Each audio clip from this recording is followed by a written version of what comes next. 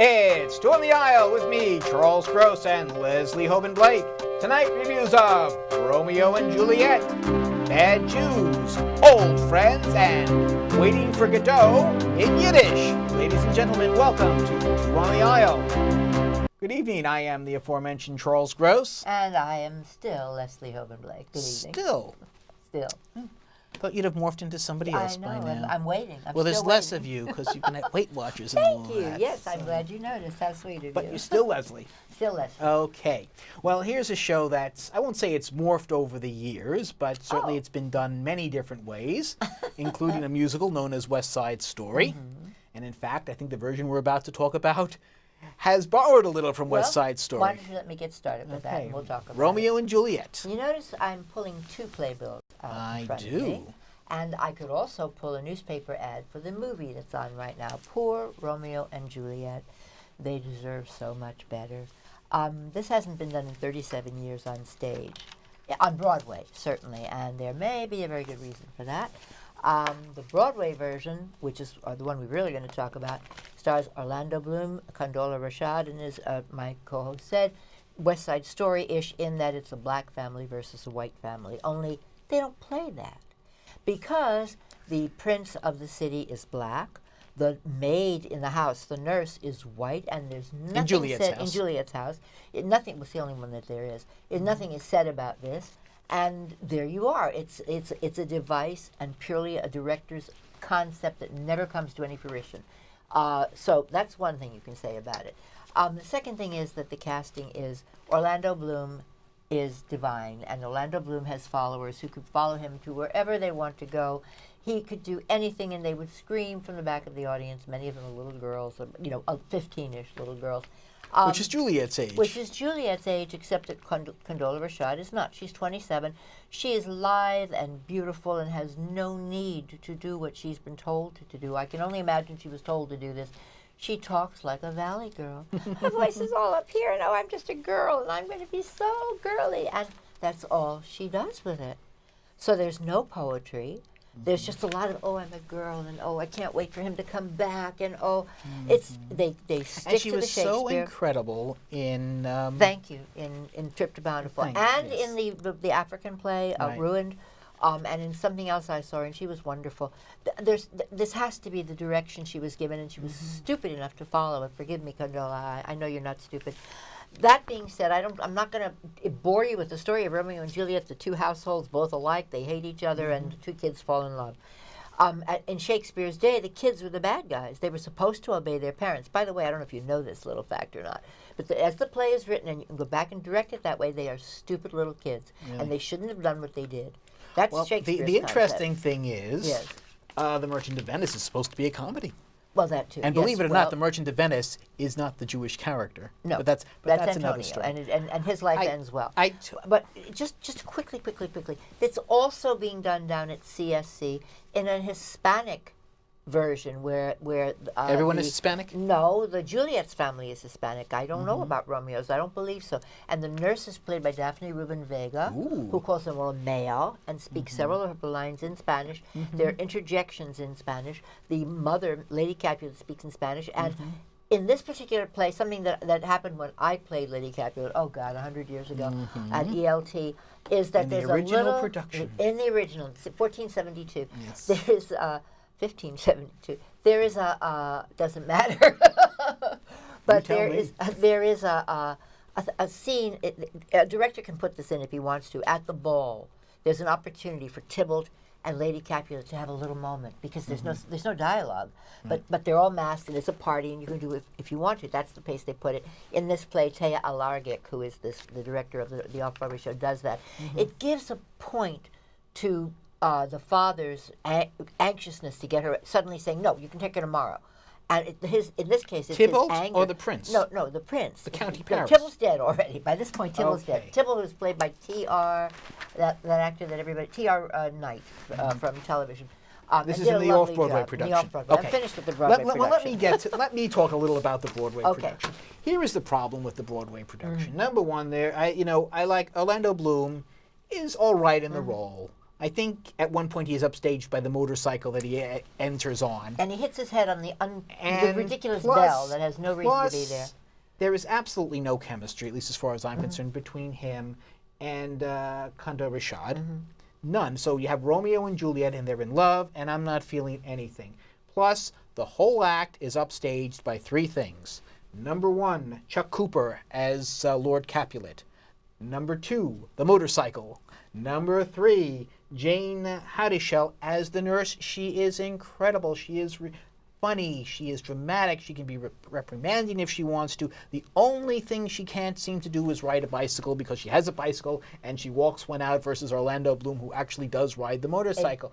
But here you have... Could have been the director's choice because it's the biggest laugh in the show. It could have been. I don't know. But you have two incredible actors. Now, the nurse, I have seen nurses who really add to the show before, but I've never seen one steal the show the way she does. Oh, she, as far as I'm concerned, is the reason to see this production. Also, Chuck Cooper. Again, I would have said that about him if Jane weren't just so incredible in the role. You have a couple of stage tricks here and there. I think you have fire at one point. You have the aforementioned bell. I agree with you on the black versus white. The first scene where they do you think for a minute it's going to be that. Really, it's like it's like two street gangs. It is kind of West Side Story, and I will say, if Jerome Robbins isn't choreographing, apparently a knife fight really isn't as interesting as a sword fight, because the fights, except for the opening scene, I agree. Really, and I will go on to say that I agree with you. He doesn't make any use of the black versus white. The novelty, assuming this is even a novelty anymore in this day and age, wears off very quickly. Now it does have some good points to it. I liked the actor playing Friar Lawrence. I think that's Red Carver. Yeah. Ray Carver on that. A Tony winner from the old days when he did Kiss of a Spider Woman. Right. Christian Cambio is all right as Mercutio. It's a good, it's a decent production, but really, the two characters who are good actors, just not well used here. See, two households, both alike in dignity, in fair Verona where we lay our scene, from ancient grudge break to new mutiny, where civil blood makes civil hands unclean. From forth the fatal loins of these two foes, a pair of star-crossed lovers take their life, whose misadventured piteous overthrows do with their death bury their parents' strife. The fearful passage of their death-marked love and the continuance of their parents' rage, which but their children's end naught could remove, is now the 2 hours' traffic of our stage. The which, if you with patient ears attend, what here shall miss, our toil shall strive to mend.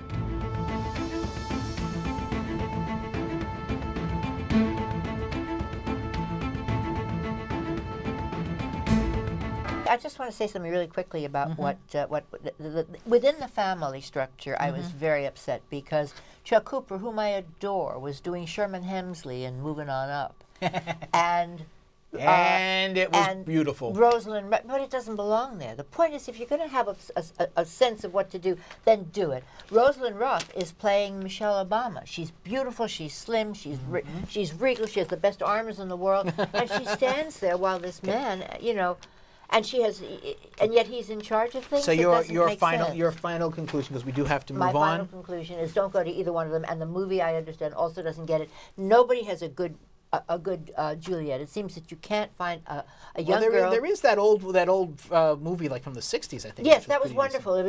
Looking at Zeffirelli's, it was close to the '70s, but at the end of the '60s, it was a lovely Michael York. There were all sorts of people in it. The two young people were new at the time, Olivia somebody. But the point. I think she actually was close. She was 15, but she was able to do the language. Right. There's a rhythm and a rhyme. You don't have to speak English with an accent. I would give the one on Broadway 2. I might bump it up to 2.5. I blame the director. So which did you like better? I didn't. Okay. I can't make that choice. There were things in But you know what? You can see the one off Broadway for a lot less. Well, but on Broadway, you can see Orlando Bloom. Bad Jews, good play. We'll see. But here's what I want to know. Now, Bad Jews asks the audience, are you on Team Daphne or Team Liam? Because apparently the playwright, I think that's Joshua Harmon, has been watching too many vampire versus werewolf movies. Now, there are no vampires or werewolves in this movies. What there is a question that I have. Is there such a thing? Is there such a thing as a Jewish playwright or writer, except for Alfred Drury, who is aware of two facts? Number one, there is such a thing as a Jewish woman, and I mean born Jewish, with a blonde hair and blue eyes. I know this because I know several very nice ones. One is even Israeli. Number two, is there such thing as a non-Jewish woman who is not blonde, that is attractive to a Jewish male? I'm beginning to wonder, because being between Howard and Bernadette on The Big Bang Theory, the couple in the last 5 years, and now Liam and his sixth goddess Melody in this play, there is... Charlie, you lead such a sheltered life. Really, you do. Excuse me. But obviously these characters are written to be emblematic of something, and it's exactly what you don't like about that part, if that's what you're saying. That is what... I just think, come on. I understand that. All right, I understand that there are Jewish and mixed marriages, but there's got to be some Jewish guy. Oh, wait, Anne Mira and Jerry Stiller. Right. But that's real life. I'm talking in fiction. Well, apparently. She was blonde and blue-eyed, by the way, when she was younger. Anne Mira? Yes. I thought she was a redhead. Well, redhead, okay, fine. But she redhead, that's still yeah. But that's not even what the play is about. The play is basically, I think, tradition versus non-tradition, but wanting to hold on to a slight piece of it.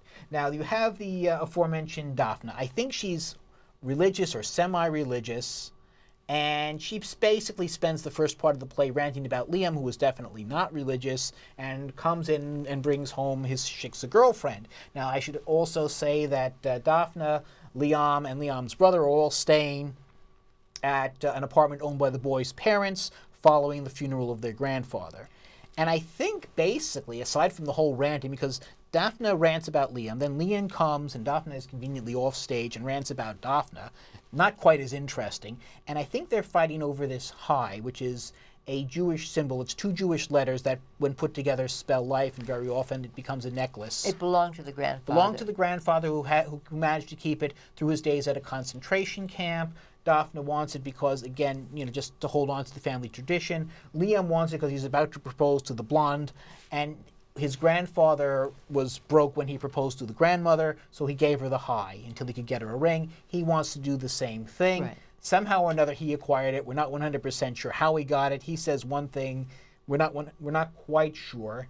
And somehow, no one in the cast seems to realize that in a studio apartment, if someone is in the bathroom, they can hear you.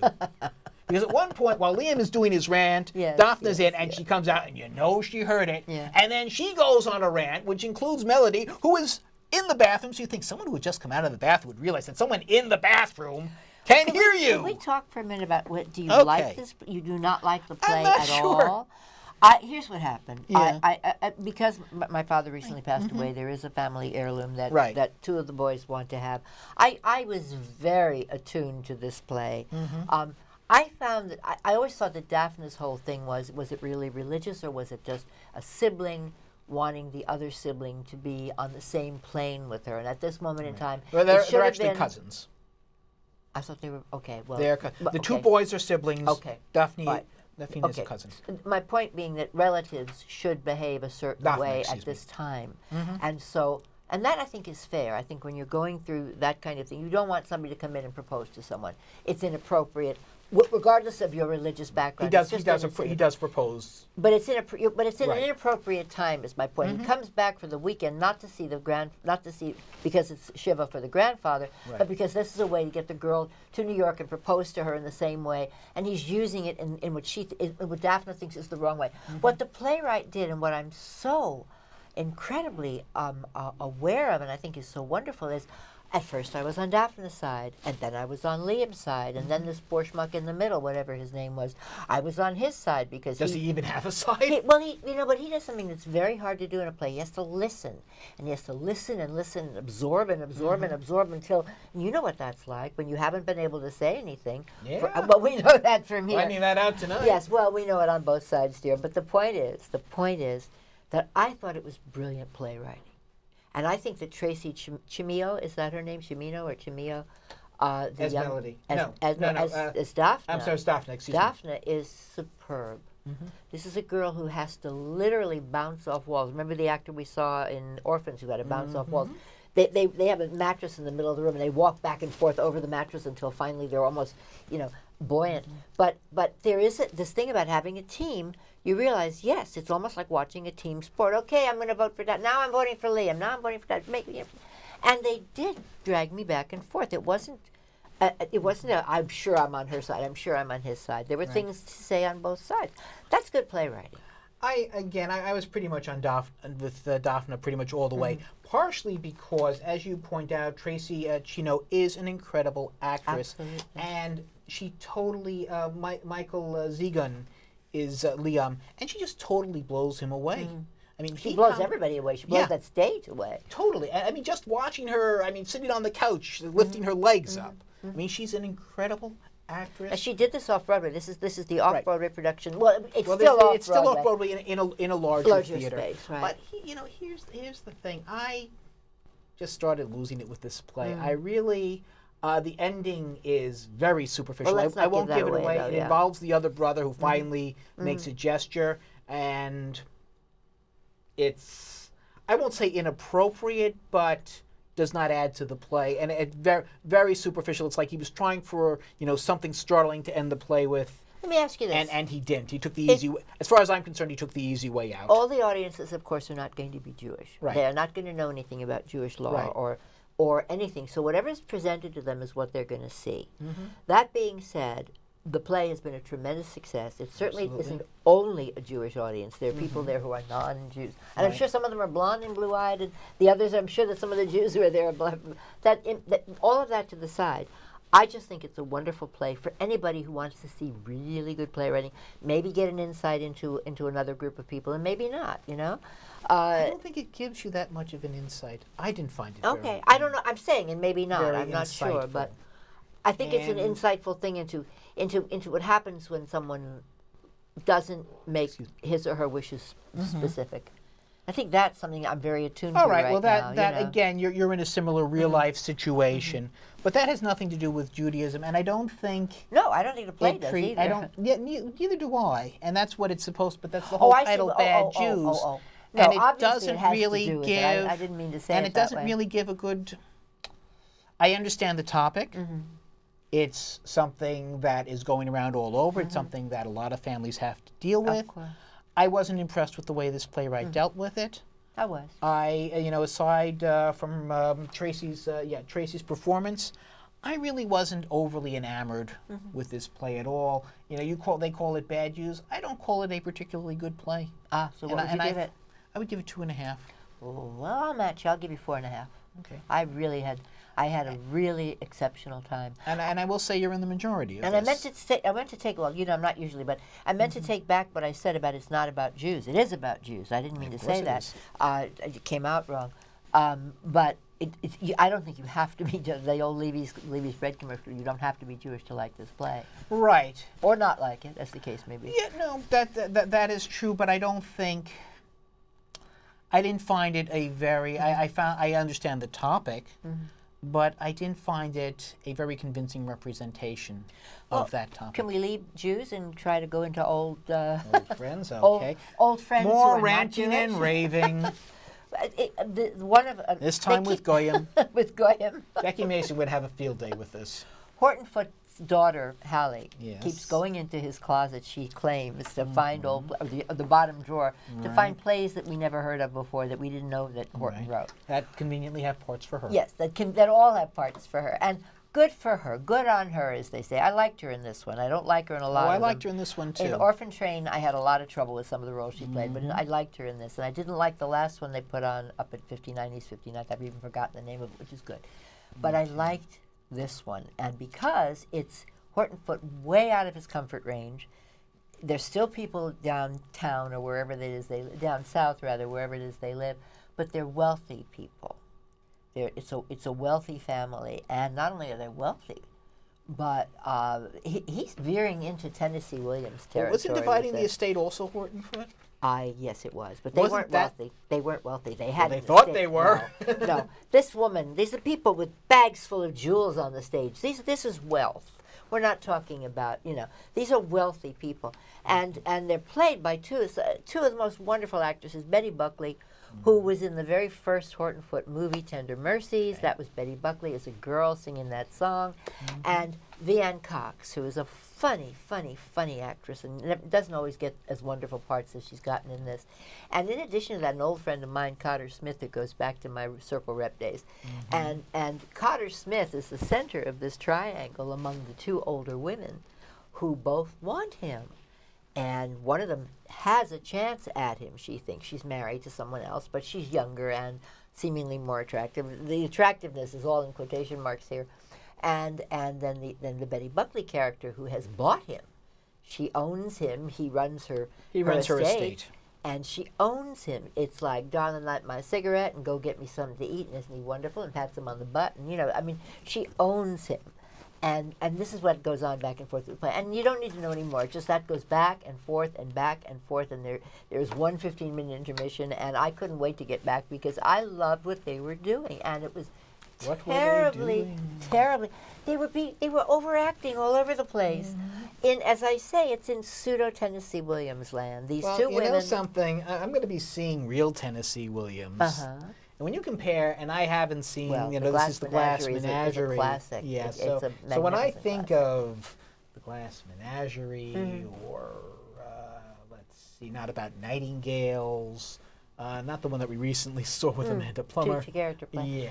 Yeah, but this doesn't. Streetcar. This doesn't come close. But I'm not talking about Tennessee Williams that way. Or think Trip to Bountiful, which is just which is Horton Foote, wonderful. Yes. But that pulls your heartstrings. This doesn't pull your heartstrings. I will tell you,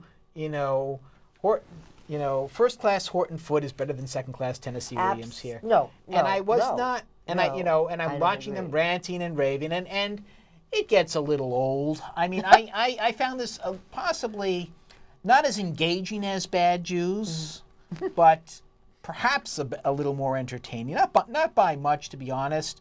But again, maybe I've just had enough of families yelling at each other or something like that. My friend said that. He said, "Can we please go to a play where people don't yell at each other?" I mean, yes, I liked Betty Buckley. I liked Haley Foote, and I think it's. I haven't seen her too often, but this is the best. It was the quieter of the roles. The showy roles and she did a good job. And yet she held her own, and her presence was at least as strong as anybody else. But see, these ladies reminded me of Whistle Stop. You remember this, the one that was done recently? Anything post. It's when you start to get into Sweet Bird of Youth territory and beyond, when he writes about these bigger-than-life women who are voracious for life. And, of course, Betty Buckley thinks she's dying, and she just wants everything. And she has a scene in bed where she looks like Volpone. She's sitting there, and people are coming to try to get things from her. And I mean, maybe I was just on, I don't think Betty Buckley really thinks she's dying. Her character. That's the way I think, listen, she's a manipulator. Well, yes. And she'll do whatever she can. Of course, that's why I said Volpone. I mean, and when she doesn't, she'll trash somebody's house. Yep. And I'm not giving too much away there. I mean, and at one point you say, "Oh, really?" Well, you did. I did. I was all for it, and I loved the fact that that and I don't want to give anything away, but that while they're ranting and raving, something wonderful happens, and it's a small thing. Yes, that's true. Okay, I'll leave it at that. I won't. That's true. All right, and you that. Go, oh, isn't that charming? Instead of that being the ending, that's just this little lovely aside while the others take the stage and do their ranting and raving. And I just thought, okay, we have to move on. I know. Okay, Your conclusion. I'm not sure if it's still running, but I would give it 3.5 to 4. I would give it 3. Okay. Again, I'm not sure I liked it better or worse than Old Jews. I'll give it a slightly more, because at least, they had non-Jewish women who weren't one. Okay. Well. Back to the Jews. Back to the Jews. Who'd have thought? Waiting for Godot in Yiddish. Okay, and the interesting thing about Waiting for Godot in Yiddish is that Yiddish really works for Godot. I'm not so sure that Godot works for Yiddish Very good in this case. But here you have, think about it, Yiddish you have two tramps who are complaining a lot, and they're very evading. My shoes hurt. It so meshes well. You would think that the play was originally written in Yiddish. Yeah, you might, but okay. And then when you have Lucky's monologue, you know, Lucky is Panzo's slave, servant, something. He sounds like he's doing Kol Nidre. And it really grabs your attention for a little while. Problem is, Waiting for Godot is a bit of a lumbering play. So you have to do it really, really well. And you have, you know, David Mendelbaum, Sean Baker as the tramps, Raphael Goldwasser as Lucky, Avi Hoffman, who's doing his 2 Jewish sequel simultaneously. Well, not while he's doing this. No, not while he's doing this. He did a good job as Potts, though. He did a good job. He sounded like a an East Side merchant or an East Side, or that like he's running a old factory in the garment district. It's a choice. And it's a good choice, but they really can't keep it up long enough.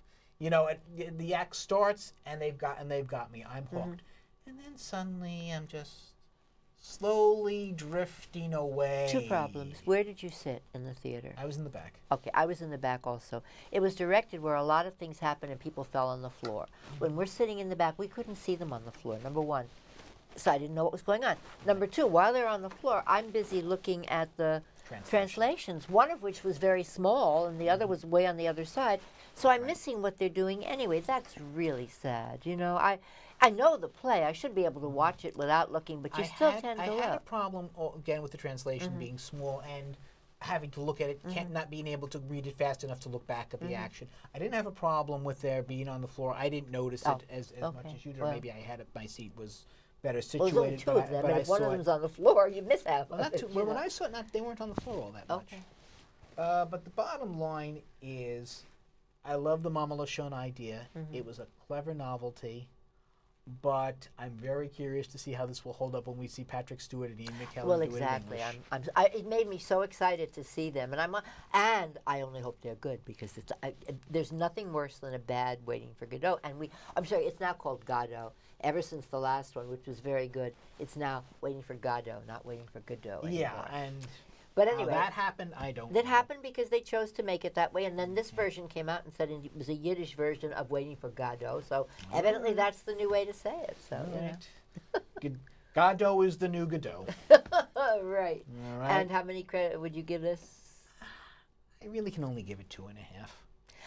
Again, I agree with you about the novelty. I agree with you about the idea that it winds its way into your heart, literally with, WHI. But I also would give it a 2.5. I would agree with you totally on this one. Okay. And that is our show. When you go to the theater, look for Leslie and me, us too. On the aisle.